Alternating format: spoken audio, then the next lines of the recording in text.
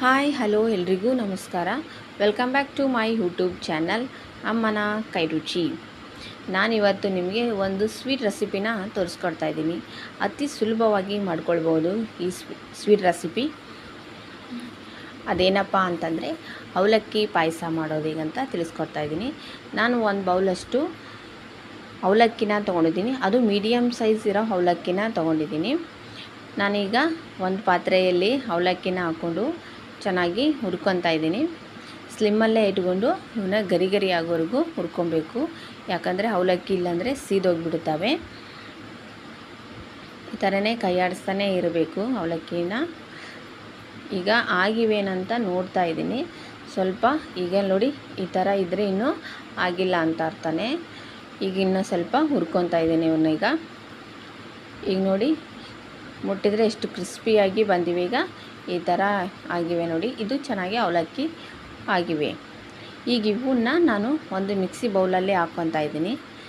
ಈಗ ಇದನ್ನು ಚೆನ್ನಾಗಿ ಗ್ರೈಂಡ್ ಮಾಡ್ಕೊಬೇಕು. ಸ್ವಲ್ಪ ತರಿಯಾಗಿಯೇ ಗ್ರೈಂಡ್ ಮಾಡ್ಕೊಂಡಿದ್ದೀನಿ ನಾನು. ಸ್ವಲ್ಪ ತರಿಯಾಗಿದ್ರೇ ಚೆನ್ನಾಗಿ ಪಾಯಸ ಆಗುತ್ತೆ.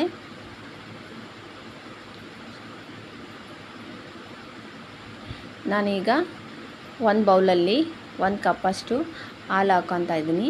ನಾನು ಅವಲಕ್ಕಿ ತೊಗೊಂಡಿರೋ ಕಪ್ ಅಳತೆಯಲ್ಲೇ 1.5 ಕಪ್ಪಷ್ಟು ಹಾಲು ಹಾಕ್ಕೊತಾ ಇದ್ದೀನಿ ಮತ್ತು 1 ಕಪ್ಪಷ್ಟು ನೀರನ್ನು ಹಾಕ್ಕೊತಾ ಇದ್ದೀನಿ. ನಾನು 1 ಕಪ್ಪು ಅವಲಕ್ಕಿಗೆ 2.5 ಕಪ್ಪಷ್ಟು ಹಾಲು ಮತ್ತು ನೀರನ್ನು ಸೇರಿಸಿ ತೊಗೊಂಡಿದ್ದೀನಿ. ಈಗ ಇದನ್ನು ಚೆನ್ನಾಗಿ ಕಾಯಿಸೋಕ್ಕಿಟ್ಕೊತಾ ಇದ್ದೀನಿ.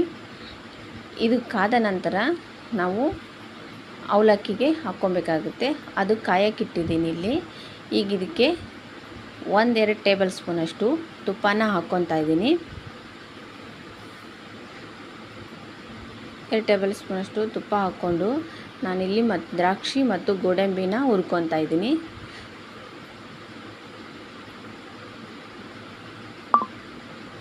ದ್ರಾಕ್ಷಿ ಗೋಡಂಬಿನ ಗೋಲ್ಡನ್ ಕಲರ್ ಬರೋವರೆಗೂ ನಾವು ಸ್ವಲ್ಪ ಫ್ರೈ ಮಾಡ್ಕೊಬೇಕು. ಈಗ ಇವನ್ನ ನಾನು ಎತ್ತಿಟ್ಕೊತಾ ಇದ್ದೀನಿ. ಇದೇ ಬಾಣಲಿಗೆ ನಾನೀಗ ಹಾಗೆ ತಾನೇ ಅವಲಕ್ಕಿನ ಗ್ರೈಂಡ್ ಮಾಡ್ಕೊಂಡಿದ್ದನ್ನು ಹಾಕ್ಕೊಂಡು ಇದನ್ನು ಚೆನ್ನಾಗಿ ಹುರ್ಕೊಬೇಕು. ಇದು ಕಲರ್ ಚೇಂಜ್ ಆಗೋವರೆಗೂ ನಾವು ಸ್ಲಿಮ್ಮಲ್ಲೇ ಇಟ್ಕೊಂಡು ಹುರಿಬೇಕಾಗುತ್ತೆ. ನೋಡಿ, ಶ್ರೀಕೃಷ್ಣನಿಗೆ ಇಷ್ಟವಾದ ಅವಲಕ್ಕಿಯಿಂದ ಅವಲಕ್ಕಿ ಪಾಯಸ ಮಾಡ್ಬೋದು. ಕೃಷ್ಣ ಜನ್ಮಾಷ್ಟಮಿಗೋಸ್ಕರ ನಾನು ಈ ಅವಲಕ್ಕಿ ಪಾಯಸ ಹೇಗೆ ಮಾಡೋದಂತ ತಿಳಿಸ್ಕೊಡ್ತಾ ಇದ್ದೀನಿ. ಈಗಿದು ಕಲರ್ ಚೇಂಜ್ ಆಗಿದೆ ನೋಡಿ. ಈಗ ಇದಕ್ಕೆ ನಾನು ಅರ್ಧ ಕಪ್ಪಷ್ಟು ಒಣ ಕೊಬ್ಬರಿ ತುರಿನ ಹಾಕ್ಕೊತಾ ಇದ್ದೀನಿ. ಈ ಕೊಬ್ಬರಿ ತುರಿನೂ ಅಷ್ಟೇ ಸ್ಲಿಮ್ಮಲ್ಲೇ ಇಟ್ಕೊಂಡು ಹುರ್ಕೊಬೇಕು.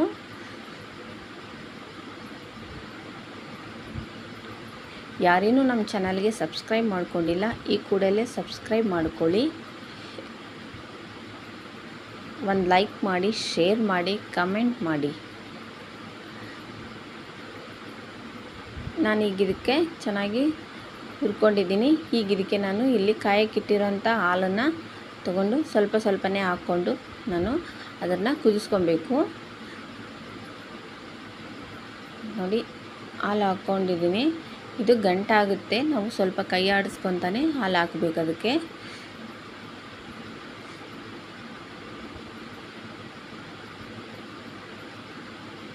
ನೋಡಿ, ಈ ಥರ ಗಂಟಾಗ್ತಾನೆ ಇರುತ್ತೆ. ಅದಕ್ಕೆ ಒಂದೇ ಸರಿ ಹಾಲು ಹಾಕೋದು ಬೇಡ ಅಂತ ಸ್ವಲ್ಪನೇ ಹಾಕ್ಕೊಂಡು ನಾವು ಮಿಕ್ಸ್ ಮಾಡ್ತಾ ಹಾಕ್ಕೊಬೇಕು. ನೋಡಿ, ಈಗ ಇದೆಲ್ಲ ಚೆನ್ನಾಗಿ ಕಲಿಸ್ಕೊಬೇಕು. ನಾವೀಗ ಹಾಲು ಹಾಕಿದ್ದೀವಲ್ಲ, ಈಗ ಇದನ್ನು ಚೆನ್ನಾಗಿ ಕಲಿಸ್ಕೊಬೇಕು. 1 ಗಂಟೆ ಇಲ್ಲಾರ್ದಂಗೆ ನಾವು ಚೆನ್ನಾಗಿ ಕಲಿಸ್ಕೊಬೇಕು. ಇದನ್ನು ಸ್ವಲ್ಪ ಕುದಿ ಬಿಡಬೇಕು. ಕುದಿವರೆಗೂ ಕಲಿಸ್ಕೊತಾನೆ ಇರಬೇಕು. ನೋಡಿ,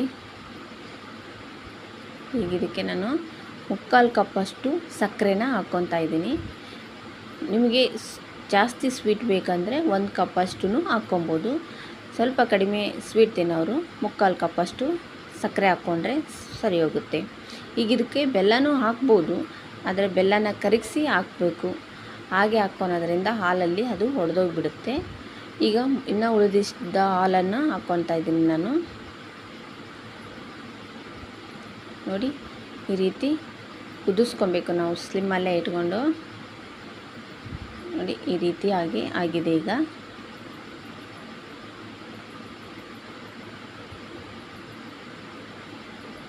ಚೆನ್ನಾಗಿ ಕುದ್ದಿದೆ ನೋಡಿ. ಈಗ ಅವಲಕ್ಕಿ ಪಾಯಸ ರೆಡಿಯಾಗಿದೆ ನೋಡಿ.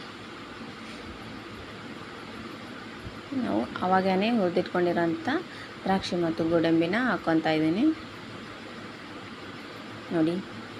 ಯಾರಿಗೆಲ್ಲ ಈ ಅವಲಕ್ಕಿ ಪಾಯಸ ಇಷ್ಟ ಆಯಿತು ಕಮೆಂಟ್ ಮಾಡಿ, ಶೇರ್ ಮಾಡಿ, ಈ ವಿಡಿಯೋಗೆ ಒಂದು ಲೈಕ್ ಕೊಡಿ. ಶ್ರೀಕೃಷ್ಣನಿಗೆ ಪ್ರಿಯವಾದ ಅವಲಕ್ಕಿಯಿಂದ ನಾನು ಪಾಯಸ ಮಾಡಿದ್ದು ನಿಮ್ಗೆ ಇಷ್ಟ ಆಗಿದೆ ಅಂದ್ಕೊತಾ ಇದ್ದೀನಿ ನೋಡಿ. ಮತ್ತೆ ಮುಂದಿನ ವಿಡಿಯೋದಲ್ಲಿ ಸಿಗೋಣ. ಎಲ್ಲರಿಗೂ ಧನ್ಯವಾದಗಳು. Thank you.